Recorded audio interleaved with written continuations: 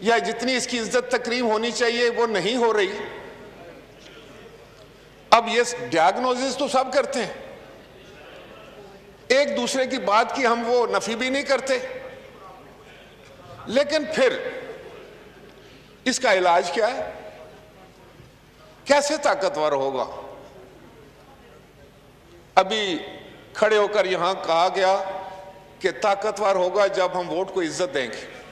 چلیں, بالکل اچھی بات ہے. حکومت کی طرف سے آیا کہ جناب ہم تو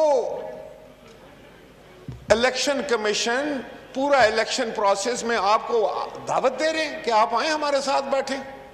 ہم تو ایک ایسا نظام لانا چاہتے ہیں جس میں کسی کو الیکشن کے اوپر, انتخاب کے اوپر انگلی اٹھانے کی گنجائش نہ رہے. وزیر اعظم صاحب فرماتے ہیں کہ کوئی الیکشن بھی پاکستان میں آج تک ایسا نہیں ہوا جس پر اعتراض نہیں ہوا, جس پر انگلی نہیں اٹھی. تو آئیں مل کر ایک ایسا انتخاب کریں, ایک ایسے انتخاب کا بندوبست کریں, ایسا سسٹم ایوالو کریں پھر جس پر کوئی بھی جو ہے وہ اعتراض نہ کر سکے. جناب چیئرمین, یہ کتنی خوبصورت باتیں, کتنی خوبصورت باتیں ہیں. اور حقیقت میں آپ کو صرف آج بتاؤں کہ فاضل ممبران یہاں بیٹھے ہیں, کشمیر میں الیکشن ہو رہا ہے, آزاد کشمیر, جو کہ میں سمجھتا ہوں کہ بہت ہی اہم ترین الیکشن ہے. اس الیکشن کے اثرات پوری ہماری کشمیر کے عوام پر پڑتے ہیں, خواہ وہ لائن آف کنٹرول کے اس طرف ہوں یا لائن آف کنٹرول کے اس طرف. تو جو ریکارڈ پر بات ہے, میں آپ کے گوش گزار کرتا ہوں کہ ہمارے کشمیر افیئر کے وزیر صاحب فرماتے ہیں کہ جو ہمیں 1 ووٹ کی برتری دے گا ہم اس کو 1 کروڑ روپیہ دیں گے. جناب چیئرمین, کیا باتیں کرتے ہیں یہاں پہ کھڑے ہو کے. اسی لیے میں نے کہا نا کہ نہ تم بدلے نہ دل بدلا, نہ دل کی آرزو بدلی, میں کیسے اعتبار انقلاب آسماں کر. کشمیر میں الیکشن ہو رہے ہیں اور وزیر صاحب آن دی ریکارڈ جلسے میں کہہ رہے ہیں, ٹیلی ویژن پر آ رہا ہے, اخبارات میں چھپ رہا ہے کہ جو 1 ووٹ ہمیں دے گا برتری اس کو 1 کروڑ روپے ملے گے. لگا لیں حساب, کر لیں حساب. آپ کیا کر رہے ہیں, کیا میسیج دے رہے ہیں؟ اور دوسری طرف سے اپوزیشن کو کہتے ہیں کہ آئیں جناب بیٹھیں, ایک صاف شفاف اور غیر جانبدارانہ انتخابات کا انعقاد کے لیے آؤ, بیٹھ کے بات کریں. یہ تضادات, یہ اس طرح آپ کس کے لیے یہ باتیں کر رہے ہیں؟ کیا ایک صرف چند باتیں ایسی کر کے, اور وزیر اعظم صاحب کو نہیں پتا؟ کیا وزیر اعظم صاحب نے یہ بات نہیں سنی؟ اگر نہیں سنی تو میں فلور آف دی ہاؤس یہ کر رہا ہوں جناب چیئرمین, پارلیمان میں کر رہا ہوں یہ بات. تو میں یہ چاہوں گا کہ وزیر اعظم صاحب جو کہ صاف شفاف اور غیر جانبدارانہ انتخابات کا انعقاد چاہتے ہیں, وہ ان وزیر صاحب کے خلاف کیا ایکشن لیتے ہیں اور پوری قوم کو کیا پیغام دیتے ہیں. اگر تو یہ ہوتا ہے تو میں سمجھتا ہوں ٹھیک. جناب چیئرمین, اس لیے قول اور فعل میں تضاد نہیں ہونا چاہیے. اگر قول اور فعل میں تضاد ہے تو آپ جتنی خوبصورت باتیں کر لیں یہاں پر. پھر یہاں پر بات ہوئی کہ اسٹیبلشمنٹ اس ملک کی جو ہے وہ طاقتور ہے اور پارلیمان کمزور ہے. جناب چیئرمین, میں آپ سے ایک بڑے ادب سے بات آپ کی خدمت میں گزارش کرنا چاہوں گا پورے ہاؤس کی, کہ پھر یہ کہا گیا کہ یہ موروثی سیاست, وہی جو کرپشن کی کیسز, یہ وہ سب ٹھیک ہے, نہیں ہونے چاہیے. مجھے یہ بتائیں کہ سیاست کیوں کرتا ہے آدمی, اس کے پیچھے کیا چیز ہے؟ آپ کے والد گرامی جو تھے وہ بھی اسی ہاؤس کے ممبر تھے, آج آپ اس ہاؤس کے ممبر ہیں, لیکن کیا آپ از خود بنے ہیں یا آپ کو علاقے کے لوگوں نے منتخب کیا؟ دیکھیں نا, موروثی سیاست میں تو یہ نہیں ہوتا کہ والد جو ہے وہ ادھر بٹھا کے جائے کہ اب میں جا رہا ہوں میں یہاں سے جاؤں اور اپنے بیٹے کو کہوں کہ آپ ادھر بیٹا بیٹھ جاؤ، ایسے تو نہیں ہے. میرے بیٹے کو بھی اس پروسیس سے گزرنا پڑے گا اور ان ووٹرز کے پاس جانا پڑے گا. اگر اس کو ووٹ ملتی ہے تو اس کو حق ہے کہ وہ آ کر بیٹھے. اسی طرح اگر کوئی پارٹی لیڈر ہے تو اگر پارٹی جو ہے اس کو اعتراض نہیں ہے تو ادھر بیٹھے ہوئے یا ادھر بیٹھے آدمی کو کیا اعتراض ہے؟ اس لیے یہ چند ایک ایسی باتیں ہیں جو قوم کو گمراہ کرنے کے لیے ہم لوگ کرتے ہیں. ہم لوگ اس لیے کرتے ہیں کہ ہم واہ واہ کرانا شروع کر دیں اور ہم کہیں کہ ہم نے کوئی بڑے فلسفی کی بات کی. جب جناب چیئرمین میں آپ کی توجہ چاہتا ہوں، جب انتخاب پاکستان کے عوام نے کرنا ہے، منتخب انہوں نے آپ کو کرنا ہے. آپ کے والد گرامی کو ابھی انتخاب میاں والی کے لوگوں نے کیا تھا، آپ کا انتخاب بھی اگر انہوں نے کیا ہے تو پھر آپ پر کیا اعتراض میں کر سکتا ہوں کہ آپ کے والد ادھر اس ہاؤس کے ممبر رہے ہیں تو آپ کیوں ہیں؟ کیا ہو سکتا ہے ایسے؟ اگر ایک وکیل کا بیٹا جو ہے وہ وکیل بنتا ہے تو آپ اس پر اعتراض کر سکتے ہیں. ایک تاجر کا بیٹا اگر باپ کے وہ تجارت کرتا ہے، تاجر بنتا ہے تو اس پر اعتراض کر سکتے ہیں. ایک ایجوکیشنسٹ کا بیٹا اگر ایجوکیشن میں جاتا ہے تو اس پر اعتراض کر سکتے ہیں. ڈاکٹر کا بیٹا ڈاکٹر بنتا ہے تو اس پر اعتراض کر سکتے ہیں. لہٰذا میں یہ کہتا ہوں کہ یہ کہنا جناب چیئرمین کہ یہ موروثی سیاست ہے، موروثی سیاست اس کو نہیں کہتے. موروثی سیاست وہ ہوتی ہے جو بادشاہت ہوتی ہے کہ ایک بادشاہ جائے اور دوسرا بادشاہ ادھر بیٹھ جائے. لیکن یہاں تو پبلک ہے، یہاں تو عوام الناس ہیں، ان کی ووٹ لینی ہے، خواہ باپ نے لینی ہے، دادے نے بھی لینی ہے، بیٹے نے بھی لینی. بہت سارے ایسے لوگ آئے ہوئے ہیں جن کے باپ دادا سیاست میں تھے، آج وہ نہیں ہیں. عام آدمی سیاست میں آ گئے. میں ایک عام پولیٹیکل ورکر ہوں جناب چیئرمین، آپ جانتے ہیں، آپ کے والد گرامی کے ساتھ میں نے کام کیا ہے. میں ایک مڈل کلاس کا آدمی جو ہے وہ پاکستان کا وزیر اعظم بن گیا. کہاں ہے موروثی سیاست؟ ہماری پارٹی میں تو نہیں ہے. اس لیے میں آپ کو بتانا چاہ رہا تھا کہ آج اگر ہمارا لیڈر جو ہے اس کو پاکستان کی پیپلز پارٹی کے لوگ اس کو پسند کرتے ہیں، اپنا مینڈیٹ دیتے ہیں، اپنا لیڈر چنتے ہیں تو ٹھیک ہے. آج پی ایم ایل این کے کسی لیڈر کو اگر پی ایم ایل این کے لوگ اس کے ورکر مانتے ہیں تو ٹھیک ہے. پی ٹی آئی کے ورکر اگر اس لیے عمران خان ان کا لیڈر ہے کہ وہ مانتے ہیں ان کو، تو لہٰذا یہاں اس ٹرم کو غلط استعمال، اس کو اصلاحاً بھی نہیں کرنا چاہیے. صاحب تشریف رکھیں جی راج صاحب آپ کنٹینیوز کریں. راج پروفیسر میں نے عباس صاحب کو بٹھایا ہے. جناب چیئرمین آپ کا میں شکر گزار ہوں. تو میں یہ کہہ رہا تھا کہ یہاں پر ہمارے گرد و نواح میں جو حالات ہیں، افغانستان کے حوالے سے بات ہوئی، یقیناً تشویشناک ہے. میں بھی اس بریفنگ میں تھا اور مجھے یہ ضرور کہنا ہے کہ وہ بریفنگ ہر لحاظ سے افغانستان کے حوالے سے بڑی مفصل، بڑی ٹو دی پوائنٹ اور بڑی کھل کر اور بڑی اوپن ڈسکشن تھی. اور میں یہ سمجھتا ہوں کہ یہ بہت ہی خوش آئند بات کہ جہاں پر تمام سٹیک ہولڈر مل کر اپنے ملک کے لیے حالات سے آگاہی حاصل کریں، پھر اپنی ان پٹ دیں. اور میری یہ بھی خواہش ہے کہ اس طرح کی جو بریفنگز ہیں پارلیمان کو سپریم سمجھتے ہوئے اور وہ مزید ہونی چاہیے، زیادہ انٹریکشن ہونا چاہیے، زیادہ حالات سے آگاہی ہونی چاہیے تاکہ پاکستان کے عوام کے جذبات کی ترجمانی کرتے ہوئے ان کے نمائندگان جو ہیں وہ اپنی بہتر ان پٹ دے سکیں.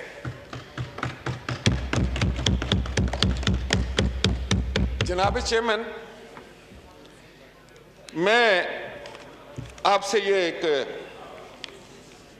یہاں ٹروتھ اینڈ ریکنسیلیشن کی بات ہوئی. بڑا ایک مشہور ٹروتھ اینڈ ریکنسیلیشن کمیشن قائم ہوا تھا، آپ کو پتا ہے، ساؤتھ افریقہ میں، اور ضرور ہونا چاہیے.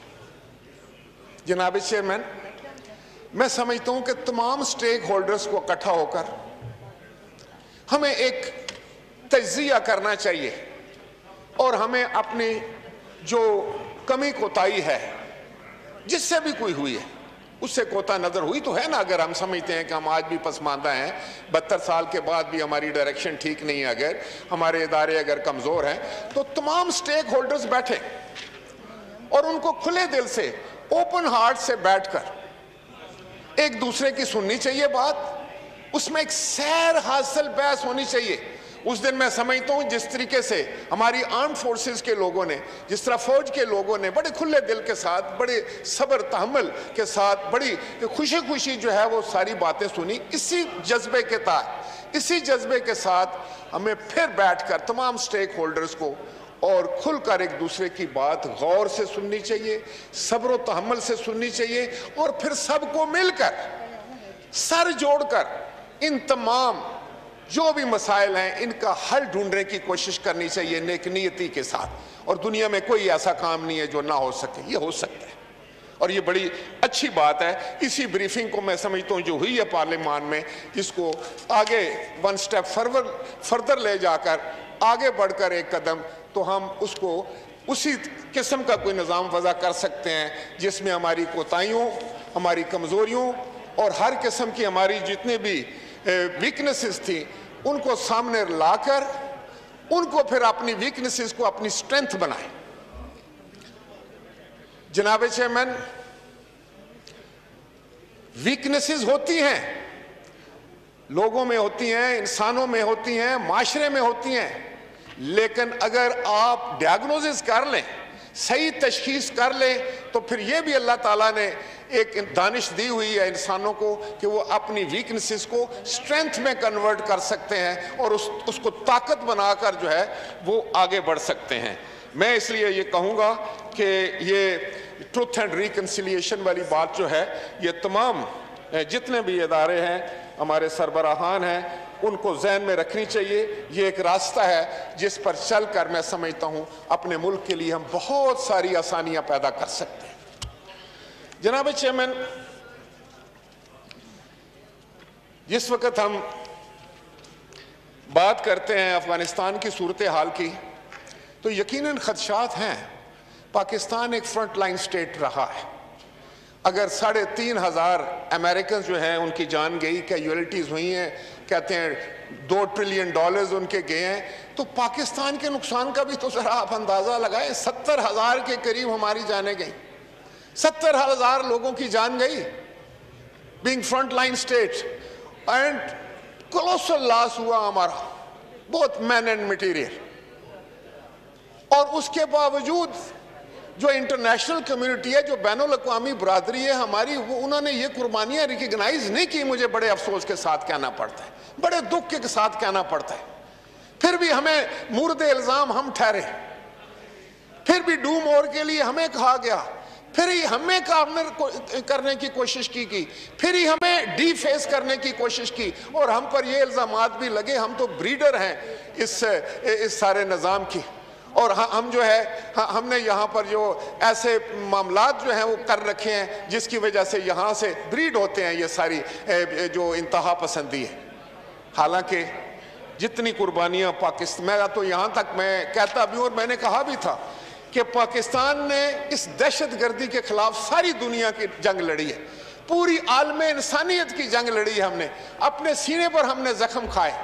دیکھیں ہمارے خیبر پختونخوا میں کیا کیا نہیں ہوا، پاکستان کے دوسرے صوبوں میں کیا کیا نہیں ہوا، ہم کن حالات میں زندہ رہے ہیں یہاں پر۔ پھر بالکل اس میں بھی کوئی شک نہیں کہ ہماری بہادر افواج نے جس بے جگری کے ساتھ لڑ کر، جس بہادری کے ساتھ، جس جرأت کے ساتھ انہوں نے ان کا مقابلہ کیا دہشت گردوں کا، اور انہوں نے ان پر قابو پایا، اس کی بھی مثال دنیا میں نہیں۔ تو جناب چیئرمین، ہمیں خارجہ محاذ پر بھی، وزیر خارجہ یہاں پر موجود نہیں ہے، اس کا بھی ہمیں تجزیہ کرنا ہوگا۔ کیا ہم دنیا کو یہ باور کرانے میں ناکام رہے ہیں؟ کیا ہم نے اپنی حکمت عملی کو اس انداز میں نہیں اپنایا کہ جہاں ہم ان تک کوئی فیکٹس پہنچا سکتے، جہاں ہم ان کو کنونس کر سکتے؟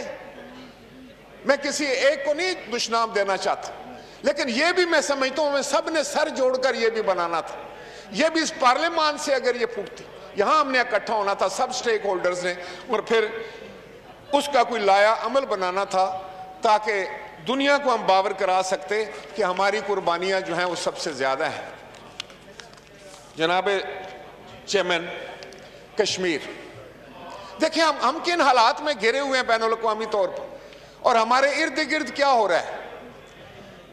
کیا ہم نے اس کو order in the house please جی. اس میں جناب چیئرمین خوف تو مسلمان گھبراتا نہیں ہے، لیکن دانش کا تقاضا یہ ہے کہ اس کا ادراک بھی رکھنا بڑا ضروری ہے. افغانستان کی صورتحال، کل اگر حالات وہاں اور خراب ہوتے ہیں اس کا سپل اوور کیا آئے گا پاکستان میں، کس طرح ہم لوگوں کو سنبھالیں گے، کس طرح ہم مہاجرین کو سنبھالیں گے، کس طرح ہم اپنے نظام کو سنبھالیں گے. اس کے بعد کشمیر میں جو کچھ ہو رہا ہے وہ آپ کے سامنے جناب چیئرمین، لائن آف کنٹرول کے اس پار کیا ہو رہا ہے، ہماری مغربی سرحد پر کیا ہو رہا ہے، اور ہم نے کتنے دوست کھوئے ہیں، کتنے دوستوں کی دوستی میں گرمجوشی کم ہوئی ہے، کتنے ہم نے نئے دوست بنائے ہیں. ان سب کا ہم نے تخمینہ تو لگانا ہے، اس کا کچھ حساب کتاب تو کرنا ہے. یا ہم سب اچھا کی بات کر کے چلتے بنے. میں کہوں کہ میرے ہاتھ میں اس وقت جو ہے وہ حکومت میرے پاس ہے، میری مرضی ہے، میں جو کچھ کر رہا ہوں ٹھیک کر رہا ہوں، اور اپوزیشن جو ہے یہ فضول باتیں کرتی ہے. نہیں، ایسا نہیں ہوتا جناب چیئرمین، اس طرح ملک نہیں چلتے. اس میں تو آپ کو ڈاؤن ٹو ارتھ ہو کر آپ کو سب کو ساتھ لے کر چلنا ہوتا ہے. جب گھر پر خطرہ آ جائے تو پھر گھر کی چھوٹی موٹی لڑائیاں بند کرنی پڑتی ہیں، پھر آپس کے جھگڑوں کو بلائے طاق رکھ کر پھر دشمن کے خلاف نبردآزما ہونے کے لیے سینہ سپر ہونا پڑتا ہے. اس میں پھر کون کہتا ہے کہ تم نے مجھے پرسوں کیا کہا تھا تو میں نے تمہیں کل کیا کہا تھا. تو گھر کو بچانا جو ہے وہ اولی فرض بن جاتا ہے. تو پاکستان بھی ہمارا گھر ہے. اس کے لیے میں سمجھتا ہوں کہ ہمیں بہت سارے معاملات کو بالائے طاق رکھنا ہوگا، اور میں 100% اس بات سے ایگری کرتا ہوں کہ ہمیں سب کو مل کر حالات کا تجزیہ کرنا پڑے گا. ہمیں اپنی اقتصادی حالت کا تجزیہ کرنا پڑے گا، اندرونی معاملات کا خاص طور پر تجزیہ کرنا پڑے گا، سرحدوں کا تجزیہ کرنا پڑے گا، اپنے بین الاقوامی دوستوں کے ساتھ اپنے تعلقات کا تجزیہ کرنا پڑے گا. آنے والے وقت میں جو ساؤتھ ایسٹ ایشیا میں سب کچھ ہوئے، جو ہماری آنکھیں دیکھ رہی ہیں یا ذہن سوچ رہے ہیں، اس کا تجزیہ ہم نے بیٹھ کر کرنا پڑے گا. پھر ہم اس کے لیے کوئی لایا عمل بنائیں گے کہ ہماری خارجہ پالیسی کیا ہوگی، ہمارا جو ہے وہ ایکشن پلان کیا ہوگا، اور ہم نے ایونچویلٹیز کو پلان کرنا ہوگا کہ اگر یہ ہوگا تو ہم کیا کریں گے، یہ ہوگا تو پھر کیا کریں گے. تو یہ چیزیں قومیں کرتی ہیں. اور حکومت وقت جو ہے اس وقت میں آپ کو ایک بات بتاؤں جناب چیئرمین، 1965 کی جنگ ہوئی، آپ کو یاد ہو یا نہ ہو، آپ اس وقت میرے خیال چھوٹے تھے، تو آپ کو یاد ہوگا کہ بڑی سخت دشمنیاں تھی اس وقت بھی سیاست میں، بڑی پولرائزیشن تھی، لیکن ساری اپوزیشن اکٹھی ہوگی. ابھی کل کی بات ہے جب وہ ہندوستانی طیارہ آپ نے مار گرائے یہاں پر، جس وقت اگریشن ہوئی اور ایک بڑا آئی بال ٹو آئی بال سچویشن تھی، تو یہاں پر وزیر اعظم صاحب تشریف لائے، تو کیا اپوزیشن نے یک زبان ہو کر نہیں کہا کہ ہم آپ کے ساتھ کھڑے ہیں؟ کیا کسی نے ایک بندے نے بھی کہا کہ نہیں آپ غلط کر رہے ہیں؟ ہم نے کہا جو آپ کریں گے وہ ہم کریں گے، جو آپ کہیں گے وہ ہم کہیں گے. اس لیے کہ یہ پاکستان کی بات ہے، یہ میرے ملک کی سالمیت کی بات ہے. اور بلاول بھٹو نے یہاں زرداری صاحب نے کھڑے ہو کر کہا کہ ہم آپ کے ساتھ، اپوزیشن لیڈر نے کھڑے ہو کر کہا کہ ہم آپ کے ساتھ. یہ سپرٹ، یہ ہمارا جذبہ ہے، یہ پاکستانیت ہے، اور یہی وہ جذبہ ہے جو ہمیں پاکستان کی سالمیت کا جو ہے وہ تحفظ کرنے کے لیے کام آتا ہے، ضمانت دیتا ہے اس کی. جناب چیئرمین، لیکن ضرورت اس بات کی ہے کہ ہم اپنے ذہنوں کو کھولیں. ہم پولیٹیکل پوائنٹ سکورنگ کی بات تو کرتے ہیں لیکن کرتے خود ہیں. میں ابھی کروں گا پولیٹیکل پوائنٹ سکورنگ کیونکہ میں بھی ایک سیاستدان ہوں، لیکن مجھے بھی نہیں کرنی چاہیے، شاید میں آج نہ کروں. لیکن آپ اتنی سیریس بات کر رہے ہیں، آپ پاکستان میں آنے والے وقتوں کی بات کر رہے ہیں، خطرات کی بات کر رہے ہیں، انٹرنیشنل پالیٹکس کی بات کر رہے ہیں، ہماری اقتصادی حالت کی بات کر رہے ہیں، 22 کروڑ لوگوں کی زندگیوں کی بات کر رہے ہیں، تو پھر ہمارا سارا ایجنڈا پیچھے چلا جانا چاہیے. لیکن ایسے کریں تو صحیح. مجبوراً یہ ہے کہ ہم اگر انیشیٹو لینا بھی چاہیں تو اپوزیشن نہیں لے سکتی نا. حکومت آپ کے پاس، اللہ نے آپ کو اس وقت حاکم بنا رکھا ہے، آپ ایک قدم آگے بڑھیں. آپ کہیں کہ میں کیونکہ آپ نے اختراعات استعمال کرنے ہیں نا. یہ کیا بات ہوئی؟ کیا ہماری انا جو ہے ہمارے ملک سے اوپر ہے؟ کیا ہماری ایگو جو ہے وہ پاکستان سے بڑی ہے؟ کیا ہماری عزت ذاتی جو ہے وہ پاکستان سے بڑی ہے؟ نہیں جناب چیئرمین، ایسے تو نہیں ہو سکتا. پاکستان سے بڑی کسی کی ایگو نہیں، پاکستان سے بڑی کسی کی عزت نہیں. پاکستان ہے تو ہم ہیں. پاکستان ہمارے سروں پر ایک چھتری ہے. ہماری آئندہ آنے والی نسلوں کی ہمارے پاس جو ہے وہ امانت ہے. کون سی سیاست، کہاں کی سیاست، کہاں کی نمبر بنانے والی بات؟ مجھے تو نہیں سمجھ لگ رہی کہ ہمیں فوراً بیٹھ جانا چاہیے. ہمیں حالات کا صحیح طور پر جو ہے اندازہ لگانا چاہیے. یہاں تو نہیں ایسا ہو رہا. آپ اخبارات اٹھا کر دیکھ لیں، ٹی وی ٹاک شوز دیکھ لیں. ہم تو ایک دوسرے کے دستوں گریباں ہیں. ہم تو ایک دوسرے کے چہرے پہ خراشیں ڈالنے کے چکر پہ ہیں. ہم تو ایک دوسرے کو گھٹیا ثابت کرنے کے چکر میں ہیں. ہمیں تو اپنی اس پیٹی پالیٹکس سے اوپر ابھرنا ہی نہیں آتا شاید. ہم کہاں جا رہے ہیں جناب چیئرمین؟ یہ کس منزل کی طرف ہم لے کے جا رہے ہیں پورے پاکستان کو، اپنی قوم کو؟ اور اس کا ذمہ داری سب پر ہے، لیکن سب سے بڑی ذمہ داری جو ہے اس چیئر کے اوپر ہے جو کہ ٹریجری جو ہمارے لیڈر آف دی ہاؤس ہیں، ان کے اوپر اس کی ذمہ داری آتی ہے. اگر وہ اپنی ذمہ داری سے چھوٹی سی بھی کوتاہی کریں گے تو پوری قوم کو اس کا خمیازہ بھگتنا پڑے گا. جناب چیئرمین، میں آپ سے سوال کرتا ہوں، کیا کشمیر میں، آزاد کشمیر میں فری اینڈ فیئر الیکشن نہیں ہونا چاہیے؟ ہونا چاہیے یا نہیں ہونا چاہیے؟ اگر ہونا چاہیے اور آپ سمجھتے ہیں کہ ہم کشمیر کے جو مقبوضہ کشمیر کے انتخابات کو ہمیشہ ہم یہ کہتے ہیں کہ وہاں کٹ پتلی بیٹھتے ہیں، ہم ہمیشہ یہ اعتراض کرتے ہیں کہ وہاں پر جو بھی حکومت بنتی ہے وہ راہ بناتی، ہم ہمیشہ یہ اعتراض کرتے ہیں کہ وہاں کی حکومت جو ہے وہ کشمیر کے لوگوں کی نمائندہ حکومت نہیں ہے، تو اس کا مقابلہ کرنے کے لیے ضروری ہے. میں وزیر اعظم صاحب سے کہوں گا کہ وہاں پر آپ فری اینڈ فیئر اور امپارشل انتخابات ہونے دیں. آپ کا کوئی وزیر جو ہے جا کر کروڑوں روپے کی بات وہاں نہ کرے. یہ تضحیک ہے الیکشن کی، یہ عوام کے مینڈیٹ کی بے عزتی ہے، تضحیک ہے. اس سے بڑی تضحیک نہیں ہو سکتی کہ یہاں سے ایک بندہ جائے کشمیر میں اور وہاں ان کو کہے کہ اگر یہ پولنگ سٹیشن ایک ووٹ سے آپ جتائیں گے تو میں 1 کروڑ روپیہ دے دوں گا اس علاقے کو. کیا بات، کہاں کی یہ الیکشن؟ اور پھر آپ کہہ رہے ہو وزیر اعظم صاحب جن کی زبان جو ہے وہ صاف شفاف انتخابات کا ذکر اور تذکرہ کرتے ہوئے تھکتی نہیں. پھر مجھے بتائیں کہ کس طرح اعتبار کیا جائے، کس طرح پتہ چلا جائے کہ آپ کہتے ہیں کہ آؤ بیٹھ کر صاف شفاف انتخابات کی بات کریں، فری فیئر الیکشن کی بات کریں، الیکشن کمیشن کو مضبوط کرنے کی بات کریں، لیکن آپ کر کیا رہے ہیں؟ آپ کے ایکشن کو پروو کرنا چاہیے. اگر آپ واقعی ایک میرٹ کی بات کرتے تو آج دنیا کے آپ کا مخالف ترین، میں اگر آپ کا مخالف ہوں تو میری زبان بند ہو جاتی. آپ کہتے بس جو کچھ ہونا تھا وہ ہو گیا، اب الیکشن ہونے جا رہے ہیں آزاد کشمیر میں اور وہ صاف شفاف ہوں گے اور وہاں پر کوئی آدمی انگلی نہیں اٹھائے گا. آپ خود کھڑے ہو جاتے، دیوار بن جاتے، کر دیتے. کون؟ ساری دنیا میرے سمیت آپ کو پریز کرتی. لیکن وہاں وزراء جا کر بولیاں لگا رہے ہیں کھلے عام، لوگوں کو توڑا جا رہا ہے، ان کی سیاسی وابستگی ختم کی جا رہی ہے، ان کے گھروں میں جا کر پریشر ڈال کر ان کو کہتے ہیں پارٹی کی وفاداری بدل دو، وفاداریاں تبدیل کر دو. ادھر ایک بندہ پی ایم ایل این میں بیٹھا ہے، دوسرے دن وہ پی ٹی آئی میں بیٹھا ہے. ابھی الیکشن کے دوران ایک پیپلز پارٹی میں بیٹھا ہے، وہ پی ٹی آئی میں بیٹھا ہے. یہ کون سا پی ٹی آئی کا منشور تھا جس نے ساری ایک رات میں اس کا ذہن تبدیل کر دیا؟ جناب چیئرمین، آپ بھی سیاسی ورکر ہیں، میں بھی سیاسی ورکر ہوں.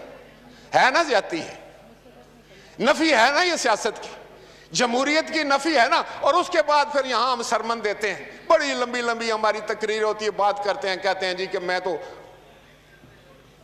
پھر تو چیئرمین پھر مجھے کہنے دو کہاں میں اور کہاں آب کوثر میں دھلی یہ خلقت. میرا تو دم گھٹ رہا ہے ان پارساؤں میں.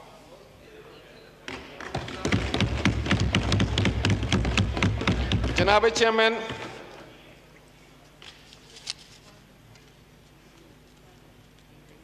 آج ملک میں اگر کوئی کہتا ہے کہ بے روزگاری نہیں ہے، اگر کہتا ہے کوئی کہ ہم پہلے سے اچھے ہو گئے ہیں، تو وہ کس کے ساتھ مذاق کرے گا؟ اگر کوئی کہتا ہے کہ مہنگائی نہیں، تو وہ کس سے مذاق کر رہا ہے جناب چیئرمین؟ کہ اس غریب آدمی سے جس کی تنخواہ نہیں بڑھی، جس کی تنخواہوں میں اتنا اضافہ نہیں ہوا جتنی مہنگائی بڑھ گئی ہے، اس کے ساتھ کیا یہاں کھڑے ہو کے کوئی شخص یہ کہہ سکتا ہے؟ جناب چیئرمین، 3 سال گزر گئے اور یہ پلک جھپکتے ہی آپ گزر گئے ہوں گے، آپ کو بھی پتہ ہی نہیں چلا ہوگا کہ 3 سال واقعی گزر گئے. باقی تو آپ کے پاس 6-8 مہینے ہیں. آپ نے تو 1 کروڑ نوکری دینی، آپ نے تو 50 لاکھ گھر تعمیر کرنے، آپ نے تو بیرون ملک سے انگریزوں کو یہاں لے کر ہمارے لوگوں کا ڈرائیور کوک بنانا تھا. یاد ہے نا؟ آپ نے کہا تھا کہ دوسری دنیا سے لوگ آئیں گے، یورپ سے لوگ آ کر یہاں کام کریں گے، ہمارے لوگ باہر نہیں جائیں گے. اتنا سب کچھ ہرا ہرا ہو جائے گا. تو جب آپ باتیں کرتے تھے، آپ زمین اور آسمان کے کلابے ملا دیا. آپ نے جلسوں میں کھڑے ہو کر ایسی ایسی باتیں کی کہ وہ تو سمجھ لگتا تھا کہ ہم کہاں، پاکستان کو تو آپ 300-400 دن کے اندر تو پاکستان کو آپ امریکہ سے آگے لے جائیں گے. ابھی آپ نے رو رو کر اپنا بھی ستیہ ناش مار دیا ہے اور اس رونے دھونے میں پورے پاکستان کو شامل کر لیا. اب بتائیں نا، آپ کھڑے ہو کر کہیں کہ آپ نے تو 100 دن میں یہ کام کرنے تھے، 100 دن میں آپ نے ہماری کایا پلٹ دینی تھی. پہلے جو حکومتیں تھیں انہوں نے تباہی بربادی مچا دی، آپ تعمیری لوگ آئے تھے، آپ نے کیا کیا؟ اس لیے جناب چیئرمین، میں یہ کہتا ہوں کہ قول اور فعل میں تضاد جو ہے وہ پاکستان کے لوگوں کے ساتھ زیادتی ہے، ایک دھوکہ ہے، غداری. میں یہ چاہوں گا کہ اگر آپ نے ٹروتھ اینڈ ریکنسیلیشن کرنی ہے تو پہلے یہ بتائیں، بات ہونی چاہیے کہ کوئی پارٹی، کوئی سربراہ جو ہے جو وعدہ کر کے آئے گا اس کو پورا کر کے دکھانا ہوگا، ورنہ پاکستان کے عوام پھر اس کو دوبارہ جو ہے وہ اس سیاست کے ایوانوں تک پہنچانے میں اس کی مدد نہیں کریں گے، بلکہ وہ کبھی آ ہی نہیں سکے گا. میں آپ کو بتاؤں، کیونکہ جھوٹ تو آپ ایک آدمی سے بولیں تو وہ بھی بہت بڑا گناہ ہے. 22 کروڑ لوگوں سے آپ نے جھوٹ بول دیا اور پھر آپ کہتے ہیں ہم ٹھیک کر رہے ہیں. یہ سارے غلط ہیں، آدھا پاکستان غلط ہے. جناب چیئرمین، آج عام آدمی کی زندگی اجیر ہے. میں ایک ایسے علاقے سے تعلق رکھتا ہوں جہاں کوئی بڑا ذمہ دار نہیں ہے، کوئی بڑا کارخانے دار نہیں ہے، بڑا تاجر نہیں ہے. وہ مادر ملت کی حفاظت کرنے والے لوگ ہیں، پوٹھوار کے لوگ ہیں، اور ان کا گزارا یا اپنی پینشنوں پر یا تنخواہ پہ ہوتا ہے، یا چھوٹا موٹا زمینداری کیا ہے. وہ تو اس زمینداری جو ہے وہ اتنی چھوٹی ہولڈنگز ہیں کہ آپ کو کیا بتاؤں میں، وہ تو کنالوں میں نہیں مرلوں میں. وہ لوگ جن کو یہ کہا گیا تھا کہ آپ کے گھر میں ہن برسے گا، آپ ایک دفعہ تحریک انصاف کو ووٹ تو دے کر دیں. جناب چیئرمین، میں آپ سے گزارش کروں گا، ایک دفعہ میں آپ کو وہاں لے کے جانا چاہتا ہوں، کیونکہ میں آپ کے والد گرامی کو بھی لے کر گیا تھا اپنے حلقے میں. لوگ ان کو بڑا پیار کرتے تھے. آپ بھی ضرور آئیں. جناب چیئرمین، وزیر تعلیم صاحب نے آج ایک عجیب سی بات کر دی. انہوں نے فرمایا کہ امتحان جو ہے وہ ڈیلے نہیں ہوں گے، اور کچھ لوگ اسٹوڈنٹس کے معاملے پر جو ہے وہ بچوں کے معاملے پر، طالب علموں کے معاملے میں ان کے ساتھ مل کر سیاست کر رہے ہیں سستی شہرت کے لیے.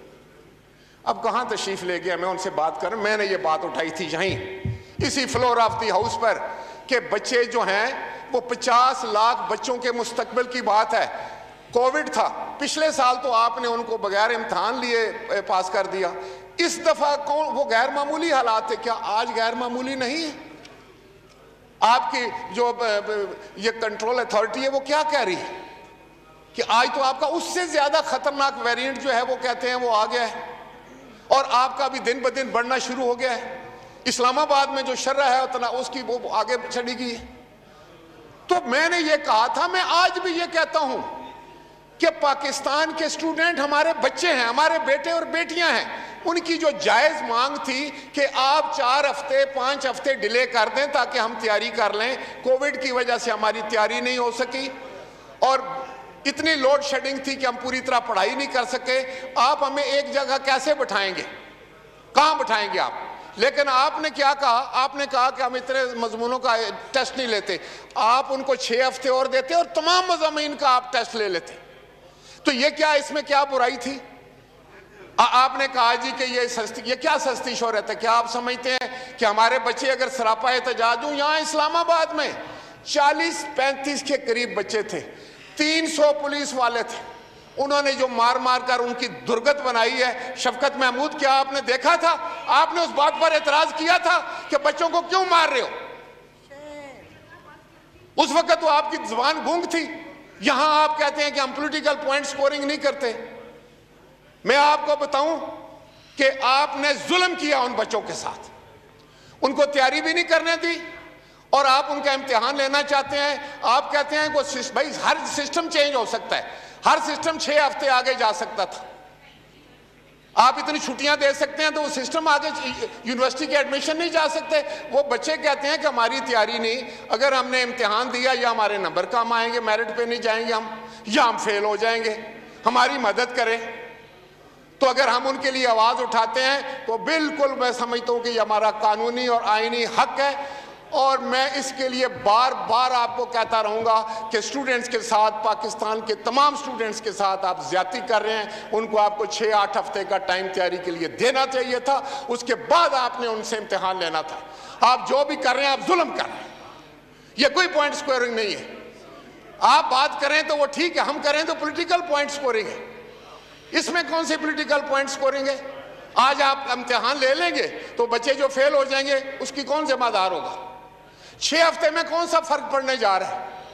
آپ یونیورسٹیز کا ایڈمیشن 6 ہفتے آگے کر دیں. میں آج بھی یہاں سے جناب چیئرمین مطالبہ کرتا ہوں اور میں شفقت محمود صاحب بھی مطالبہ کرتا ہوں. میں تمام صوبوں کے جو وزرائے تعلیم ہیں ان سے مطالبہ کروں گا کہ بچوں کو یہ ٹائم دیا جائے. ان کی جو ہے وہ جو ان کی ڈیمانڈ ہے اس کو پورا کیا جائے اور ان کو کم از کم 6-8 ہفتے کا ٹائم دیا جائے تاکہ وہ مکمل تیاری کے ساتھ امتحان دے سکیں. جناب چیئرمین, میں اپنی بات کو ختم کرتا ہوں اور میں آپ سے یہ گزارش کرنا چاہوں گا کہ پھر ایک دفعہ کہ آپ یہاں سے رولنگ دیں, کیونکہ ابھی ہم بات کر رہے تھے کہ یہ ہاؤس سب سے زیادہ طاقتور ہے. تو let us take the first step اور آج آپ اس کو طاقتور کریں. آپ رولنگ دے دیں کہ کوئی حکومتی وزیر جو ہے وہ آزاد کشمیر میں جا کے سودوں کی خریداری, ووٹوں کی خریداری کا سودا نہیں کرے. آپ بتائیں گے بات. جناب چیئرمین, صبح کی ہو رہی ہے, یقین مانے میں خود گیا ہوں وہاں پر. میں تو, میرے پاس تو کوئی سرکاری عہدہ ہی نہیں ہے, نہ میرے پاس سرکاری فنڈ ہے, لیکن میں نے جا کر وہاں پر دیکھا کہ ہر بندے کی زبان پر یہ بات ہے کہ پاکستان سے وزراء آ کر یہاں پر جو ہے وہ الیکشن کمپین کر رہے ہیں اور عجیب عجیب قسم کے جو ہیں وہ وہاں پر لارے لگا رہے ہیں, جھوٹے وعدے کر رہے ہیں کہ ہم آپ کو 500 نوکریاں دیں گے, ہم آپ کو یہ کر دیں گے, ہم یہاں پر سڑکیں بنا دیں گے, ہم آپ کو نقد کروڑہ روپیہ دیں گے. تو یہ چیزیں جو ہیں یہ وہاں کے انتخابات کو نہ صرف جو ہے وہ غیر شفاف بناتی ہیں بلکہ وہ بہت ہی قابل اعتراض بنا دیں گی. اور میں یہ سمجھتا ہوں کہ یہ کسی طور پر انتخابات کے حق میں, اگر آپ اتنی سی جگہ پہ انتخابات نہیں کرا سکتے, آزاد کشمیر پاکستان کے مقابلے میں بہت چھوٹی جگہ ہے, تو پھر ہم کس طرح توقع کریں جناب چیئرمین کہ یہ پاکستان کے انتخابات کو غیر جانبدارانہ اور صاف شفاف بنانا چاہتے ہیں. کس کس بات پر؟ تیرے وعدے پہ کہاں تک, تیرے وعدے پہ کہاں تک, کیا تھا, تیرے وعدے پہ کہاں تک, نہیں, تیرے وعدے پہ کہاں تک اعتبار کھائے, تیرے وعدے پہ کہاں تک اے جان اعتبار کھاؤں کہ کوئی ایسا کر بہانہ کہ میری آس ٹوٹ جائے. آپ ٹھیک کر لینا اس کو. تھینک یو جی. محترمہ عالیہ حمزہ صاحبہ جی.